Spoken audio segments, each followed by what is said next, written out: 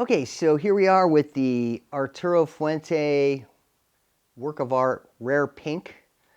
And this cigar is what, 4 7/8 by what, 46 down here to 60 up here at the fattest part of the cigar. So it's a pretty tiny cigar. So just to give a little blurb on this cigar too, this line is formerly known as the Rare Pinks Vintage 1960 series. It debuted roughly in last year, December 2020. It debuted roughly December of 2020 is when this cigar debuted, and I'm filming this in 2021 of May.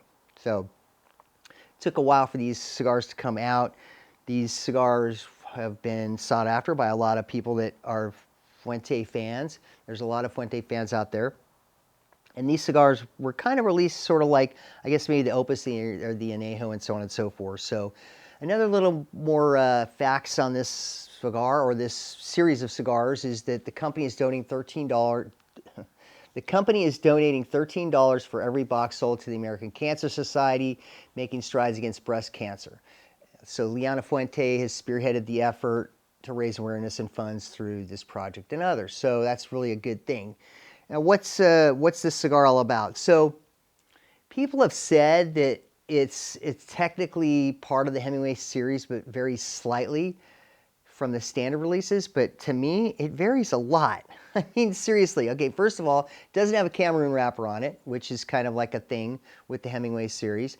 Another thing, too, is the tobacco, the binder and the filler are from Nicaragua, from the Fuente farm in Nicaragua. Now, I don't recall of the regular Hemingway series cigars being filled with Nicaraguan tobacco. I always thought that it was from the Fuente farms of the Dominican Republic. So give me a comment below, but to me personally, that's not slightly different. That's way different. And the last thing too is the wrapper. Instead of being a Cameroon wrapper, it is seed from the Oliva Tobacco Company grown in Ecuador for the wrapper. So I believe that most of the Hemingway series is a Dominican Puro, which means that a Puro means that there's tobacco that is grown in the Dominican Republic only, and it's rolled in the cigar, and it's a Puro. It's all Dominican, period. This is Ecuadorian, part Ecuadorian, very small part, the wrapper, and the rest is Nicaraguan. So to me, it's not slightly different. It's way different, although the format is the same, right? And they had the 4 different formats that they debuted originally, which were the short story, the signature, the work of art, which is the one I have here, and the happy ending. So the standard retail price that they suggested on this back then was about $10.35. I believe in California, I paid $15 for this cigar. And I'm pretty sure that there's a lot of other people out there that have paid a lot more for this cigar, just for the sheer fact that it's a rarity and they're only released kind of sort of, I believe, like I said earlier, like the Añejo and the Opus X, certain times a year, and that's it, which, you know, lends a really big credence to its rarity. And not only that, it says rare right there on the label, so it's rare. But let's dispense with all of that. I'm going to get down to cutting and lighting this thing, but one last thing. It's a Perfecto. I cannot stand Perfectos. I don't like Perfectos. It's not that I don't like the tobacco or anything like that, and so on and so forth. I just don't like the format. I do not like the format of Perfecto. Now, I believe, now this is just something that I heard. Rumor has it that this was originally created like this because back in the day, nobody had a torch lighter, right? So they needed a way to light the cigar when it was windy or whatever, or you're outdoors, blah, blah, blah, blah, blah, blah, blah. So what they would do is, what they did is they created this Perfecto tip on here, and you could get a match and just get a little bit of it going and then start puffing on it and smoke the cigar. Great. Awesome. Okay. Now, I have had people upon people upon people upon people tell me how to light this stupid thing. I've tried it all kinds of different ways. I've tried just lighting it with the torch, just a little bit on the tip, and that's it, and then start puffing away on it. I've tried using spills. I've tried using a Bic lighter. I tried using matches. I've tried using a lot of things with this thing, but what ends up invariably happening with me is the fact that I get a tunnel in the cigar. It starts tunneling. It gets super hot, and then I have to burn away all of this part anyway. So it ends up that I'll light this cigar, I have to like burn it all away anyway. So to me, for me, and this is just for me only personally, what's the point? So I'm going to make a lot of you cringe on this. Maybe not a lot, maybe some, maybe most, I don't know. I know I'm going to make somebody cringe, because when I cut this cigar and I go to light it, I'm going to cut this normally right here, and then I'm going to cut this part off so that I get a lot more area to get lit up with my lighter. And I can toast the foot. I have a regular foot on there. I can toast it. Makes me happy. I'm smiling already. I'm toasting the foot, and then putting it in my mouth, and then I am smoking the cigar. And it's a better experience for me. So if you are having problems with a Perfecto cigar like I do, it's my kryptonite, absolutely. Go for it. Just cut that off. Don't worry about it. And at the end of the day, the way you smoke a cigar is the way you smoke a cigar. There's not really a lot of things. There's not really too many things with smoking cigars where it's like, oh, you absolutely have to do it that way, otherwise you're going to totally screw up the cigar, blah, blah, blah. It's all kind of to your groove, so to speak, whatever, smoking cigars. So with that, I am going to cut this thing and light it. And let's just do it right here. Not that much. Get myself a nice little foot.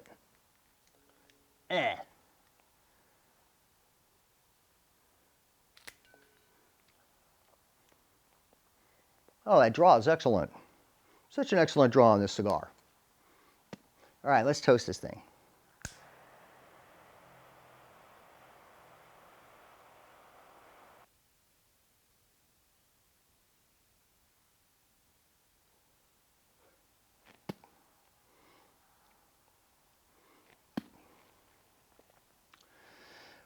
Right off the bat, this thing has just a serious woodiness to it. Really, really. It's very woody. Right out the gate. Smoking this thing.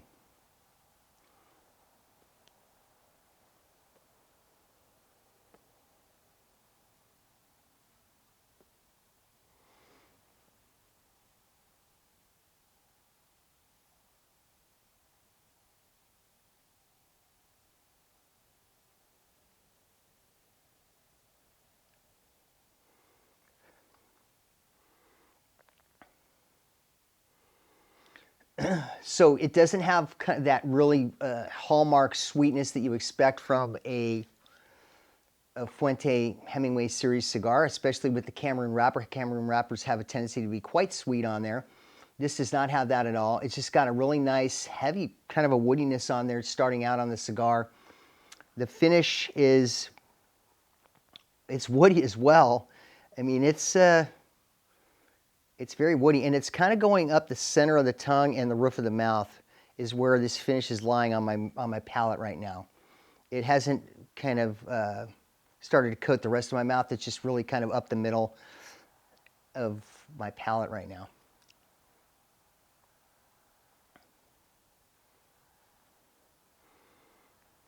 But there is a bit, I mean, okay, so there's a bit of a spice on there. Whoa, yeah. Now there's a bit of a spice coming up there as well on the palate, mixed with that woodiness, and a slight hint of a sweetness in there as well. It's yeah, it's got a little bit of a sweetness in there, but it's not like that kind of a really sweet cigar like you would think as a lot, because me personally, that's my own personal opinion. Other people might say you're totally off your rocker. But for me personally, Hemingway, Fuente cigars in general tend to be a fairly sweet cigar, which I like that. I like the sweetness in a cigar, and maybe that's why I don't like Padrones so much, because Padrones to me aren't like a super sweet cigar. They're more earthy and more, they got that kind of an earthiness to them that's on the earthy side of the flavor spectrum, where this is kind of more on the sweeter, fruitier, kind of a lighter side. Although they have that spice in there, they can grab you by the nose and throat as well on these things. So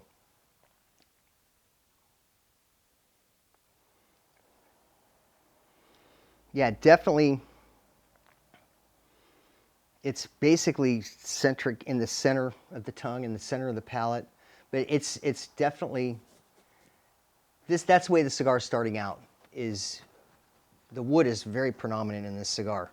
So, but anyway, what's going to happen here now? Well, I'm going to smoke this thing down to somewhere in this band area here, in the second band, because there's 2 bands on this thing, and I will be back with the tasting note.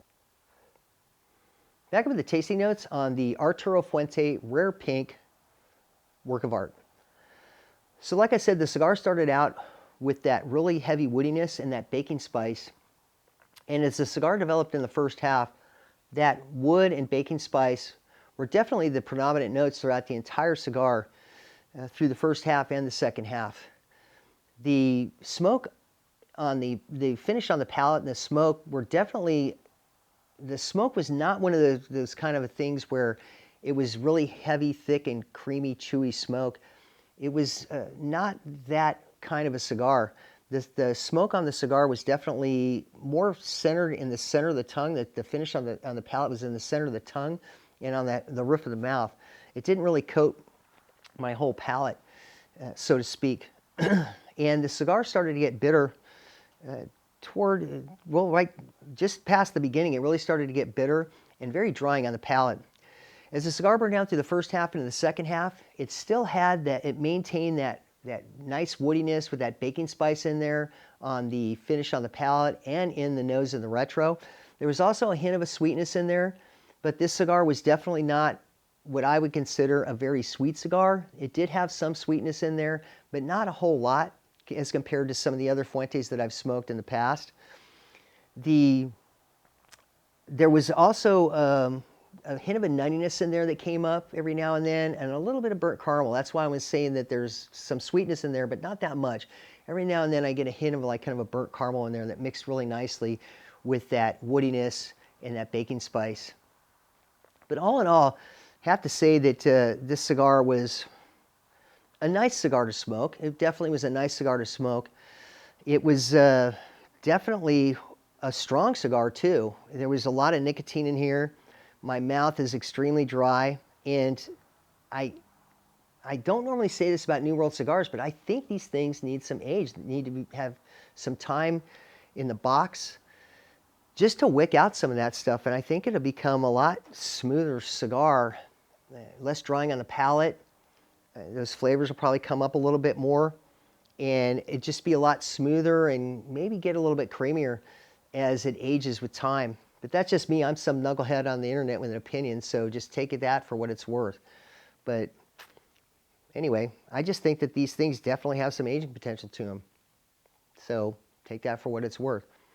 Just a few plugs in there. I have a Facebook group that I created, Smoking Vintage Cigars on Facebook. Go over there and ask to join the Facebook group. Make sure you agree to the rules so that I'll let you in. If you don't agree to the rules, I won't let you in the group. Just a heads up on that. Also, if you want to follow me on Instagram, dude90077. And if you want to send me cigar pictures or cigar questions, don't send them to Instagram. Send them to email, dude90077@gmail.com.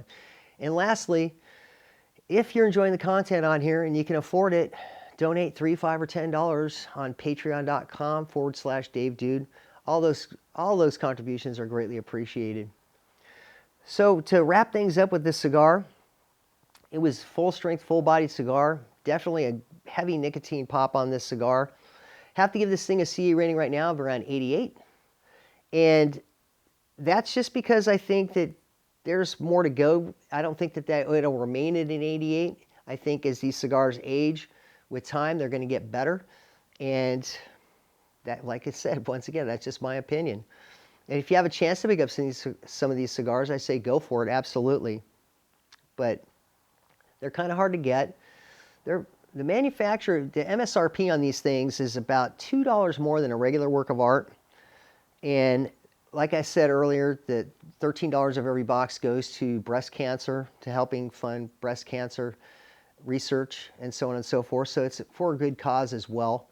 The Fuentes are really good at doing stuff like that and supporting causes, which is really good about their whole organization and everything like that. So if you have a chance to pick up some of these cigars, and I'd say you should get a box if you can. I don't know if you'll be able to, but some single sticks probably be about as good as you're going to get on this thing. Anyway, I've rambled on enough, and that's enough out of me.